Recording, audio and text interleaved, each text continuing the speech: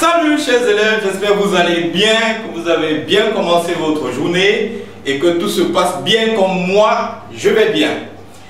Alors, aujourd'hui on va entamer une nouvelle notion sur la géométrie analytique de l'espace. Aujourd'hui, principalement, nous allons voir un exercice intégrateur qui concerne tous les élèves de la classe de première C et D et qui touche essentiellement sur un point principal, savoir déterminer la nature et les éléments caractéristiques de l'intersection entre une sphère et un plan.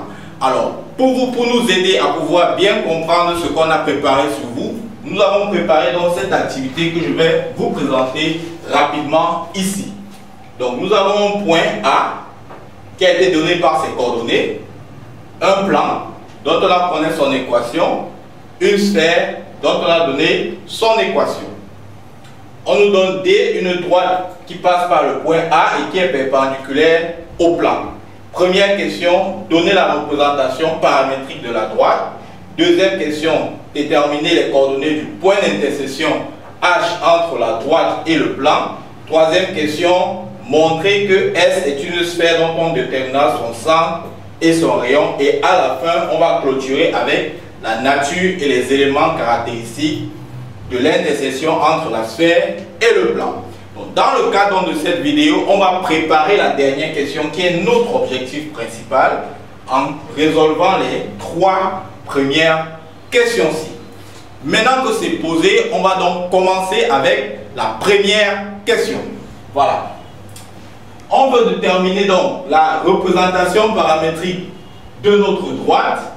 Alors, qu'est-ce que nous dit le cours par rapport à cette notion?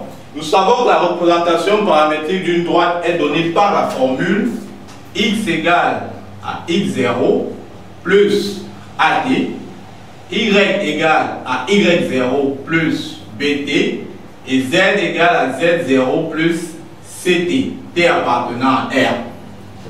Alors, on fait bien de préciser que dans cette formule, x0, y0 et z0 sont les coordonnées qui appartiennent à la droite, donc d'un point qui appartient à la droite, et A, B et C sont les coordonnées du vecteur directeur de la droite. Ceci étant dit, pour donc déterminer la représentation paramétrique d'une droite, vous avez besoin de connaître deux notions, les coordonnées d'un point de la droite et les coordonnées du vecteur directeur. Maintenant, quand on rentre dans le cadre de notre activité, nous avons la spécificité que notre droite passe par le point A, ce qui est déjà bon pour ce qu'on recherche, et c'est orthogonal au plan P. Cette notion-ci va nous permettre de déterminer les coordonnées du vecteur directeur de notre droite. Maintenant, nous avons déjà x0, y0 et z0 ici, qui seront les coordonnées de A. Donc je viens ici, je mets x égale, y égale et z égale. Je peux mettre rapidement les coordonnées de A ici qui sont 1, moins 3 et 1. À la suite, maintenant, il nous faut déterminer les coordonnées du vecteur directeur. Alors, comment est-ce qu'on va procéder dans notre cas? Nous avons dans notre schéma ici que j'ai représenté avant la vidéo pour ne pas perdre du temps. Dans ce schéma, on a donc un plan ici et la droite D illustrative qui est de sorte que D est orthogonale à ce plan. On voit donc que dans ce plan, lorsque la droite là est orthogonale au plan, le vecteur directeur étant sur la droite, il aura la même direction que le vecteur normal au plan. Pour ainsi dire donc que on peut considérer que le vecteur directeur de notre droite n'est rien d'autre que le vecteur normal du plan. Or, connaissant l'équation du plan qui est 3x moins 2y plus z plus 6 égale à 0, on peut déduire aisément le vecteur normal qui sera de coordonnées A, B et C, c'est-à-dire 3, moins 2 et 1. Donc, d'après ce que je viens de vous dire, ce vecteur normal du plan sera considéré aussi comme le vecteur directeur de notre droite. Ayant donc les coordonnées du vecteur directeur, on peut donc venir ici terminer avec la représentation paramétrique que l'on recherchait depuis le début, à compléter les coefficients là qui sont donc plus 3t, voilà A, moins 2t, voilà B, et plus t, voilà c'est t appartenant à R. Voilà donc, chers élèves, retrouvez donc la représentation paramétrique de notre droite. Maintenant, on va entamer avec la question 2.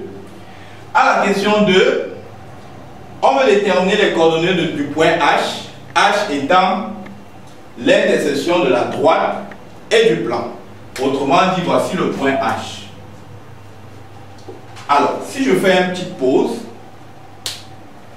si je vous laisse réfléchir, comment, selon vous, peut-on faire pour pouvoir déterminer les coordonnées de ce point? Prenez une minute. Je suis sûr que vous commencez à avoir quand même une petite piste de solution. Ce que je vais faire pour vous aider encore plus, je mets ici, je reprends la représentation paramétrique 3 moins 2t et ici 1 plus t. Alors, quand vous voyez ces deux éléments et vous voulez déterminer les coordonnées du point H, voilà, à votre avis, si on vous pose une question comme ceci, de manière naturelle, qu'est-ce que vous faites? Alors, je suis sûr que certains parmi vous connaissent déjà, ceux qui ont fait ça, mais pour ceux qui ne connaissent pas, voilà comment est-ce qu'on va faire. Vous venez dans l'équation de P, l'équation du plan, vous remplacez le X, Y et le Z par leurs valeurs qui sont données dans la représentation paramétrique. Donc, c'est ce qu'on va faire ici. Je vais donc faire 3 facteurs de 1 plus 3t, moins 2 facteurs de, je remplace, moins 3 moins 2t, plus 1 plus t, plus 6, égale à 0. Maintenant, je développe. Je vais avoir ici 3 plus 9t, plus 6, plus 4t, plus 1 plus t, plus 6, égale à 0. Aussi simple. Et là, on tombe avec une équation en t. C'est génial, non?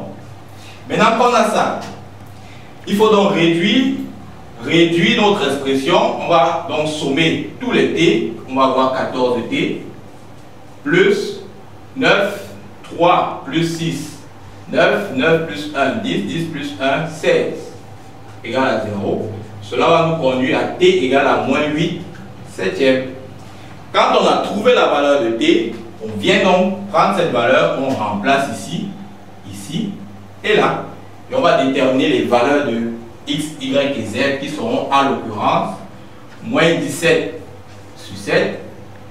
Y sera égal à moins 3 plus 16 sur 7, c'est-à-dire moins 5 sur 7. Et z sera égal à moins 1 sur 7. Donc, si vous faites votre petit calcul, vous allez obtenir ces valeurs de x, y et z qui vont en l'occurrence représenter les coordonnées du point H. Voilà donc, chers élèves, comment est-ce que vous faites à chaque fois pour déterminer les coordonnées du point d'intersection entre une droite et un plan. Maintenant qu'on a ça, on va passer à la troisième question. À la troisième question ici, on demande de montrer que S est une sphère dont on déterminera le centre et le rayon. Comment vous faites pour savoir que c'est une sphère? Eh bien, c'est par la reconnaissance de son équation. Quand vous voyez une équation comme ceci, où on commence toujours par x carré plus y carré plus z carré, sachez que vous avez affaire à l'équation d'une sphère. Sauf si dans votre expression, il y a une expression de la forme x fois y, ou bien y fois z, ou bien x fois z. Là, ça stoppe tout.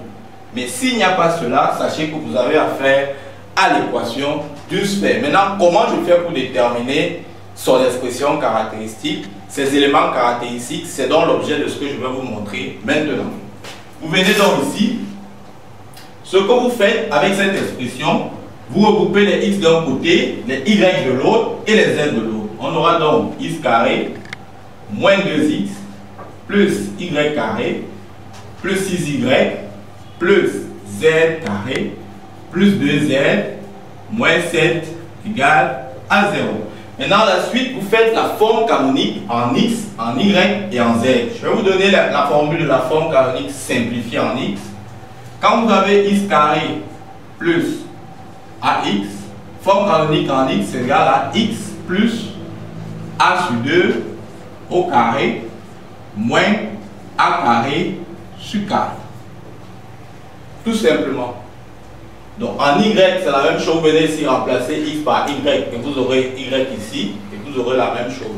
Donc c'est ce qu'on va faire. On va prendre la forme réduite de la forme canonique pour pouvoir développer en X, Y et Z à ce niveau. Allons-y. Dans notre cas ici, A c'est moins 2. Donc je prends pour le premier cas, A étant moins 2, A sur 2, rapidement ça va nous faire moins 1.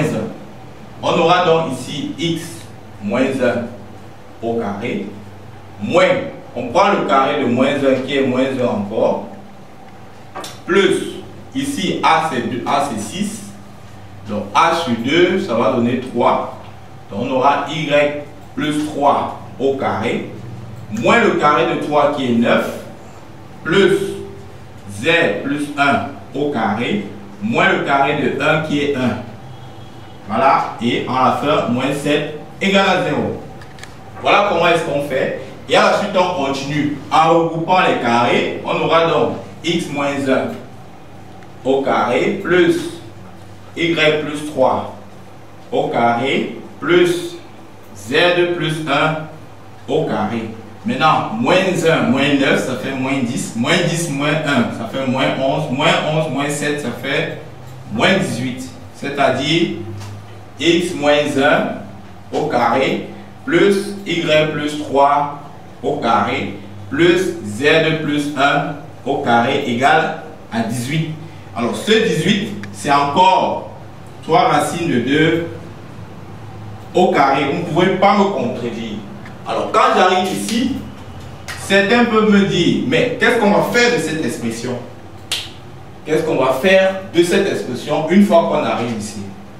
Pour répondre à cette question, ce que je vais faire un petit rappel de cours pour comprendre où est-ce qu'on veut arriver. Si par exemple vous avez une sphère dont le centre oméga est de coordonnées A, B et C, et le rayon R, alors son équation réduite est sous la forme X moins A au carré plus Y moins B au carré plus Z moins C au carré égale à R carré. Alors, quand j'écris ceci, avec ceci, vous voyez directement le parallèle. Ça veut dire qu'une fois que vous arrivez ici, tout ce que vous avez à faire, c'est de déterminer les valeurs de A, B et C qui sont les coordonnées du centre et de R qui est le rayon. Donc, par identification, vous voyez directement que A égale à 1, B égale à moins 3 et C égale à moins 1. R serait égal à 3 racines de 2 pour donc dire que S est donc la sphère de centre oméga de coordonnées 1, moins 3, moins 1 et le rayon 3 racines de 2. Voilà donc, chers élèves, nous avons ainsi déterminé tous les éléments qui vont nous permettre à la suite de cette vidéo de pouvoir déterminer la nature et les éléments caractéristiques de l'intersection entre la sphère et le plan. Parce que la vidéo est déjà assez longue, je vais vous donner donc rendez-vous pour une prochaine vidéo. Donc vous restez connectés. Vous cliquez à la vidéo suivante, vous allez voir comment est-ce qu'on fait pour déterminer la nature et les éléments caractéristiques à base de ces données. Si la vidéo vous a plu, marquez-moi un pouce, laissez un commentaire, une appréciation, une question si vous avez des suggestions. Prenons donc rendez-vous tout de suite pour la prochaine vidéo. Bye bye.